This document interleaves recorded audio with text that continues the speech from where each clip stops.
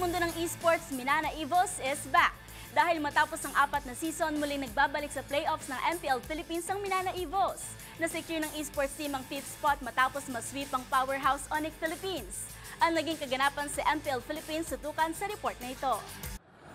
Nasecure ng esports team na Minana Evos ang kanilang unang playoff spot sa MPL Philippines Season 13 matapos ang 4 na nagdaang season. Ito ay kasunod ng kanilang sweeping victory kontra newly revamped Onyx Philippines sa pangunguna ni Janiel Yeli Hayes Bataanon. Sa pamamagitan ng kanyang mage hero Vexana, nakapagtala ang MPL Hall of Legends inductee ng 8 assists and 2 kills sa Game 1. Bagamat pantay lang sa kills, mas in control sa mapang Minana sa Game 2, securing all turrets, all turtles at ang ilang lords. Dahil dito, secured na sa 5th spot ang esports team at ito rin ang kauna-unahang beses na nakapasok ito sa playoff sa ilalim ng pangalang Minana Evos. Dahil matatanda ang season 9 pa nang makabante ito sa dating Next Play Evos banner. Tanging ang Blacklist at Smart Omega na lang ang maglalaban para makuha ang uling spot sa playoffs.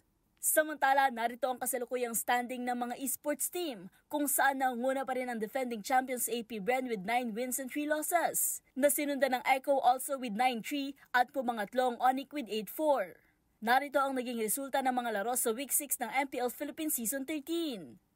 At narito naman ang mga bakbakang dapat abangan sa Week 7.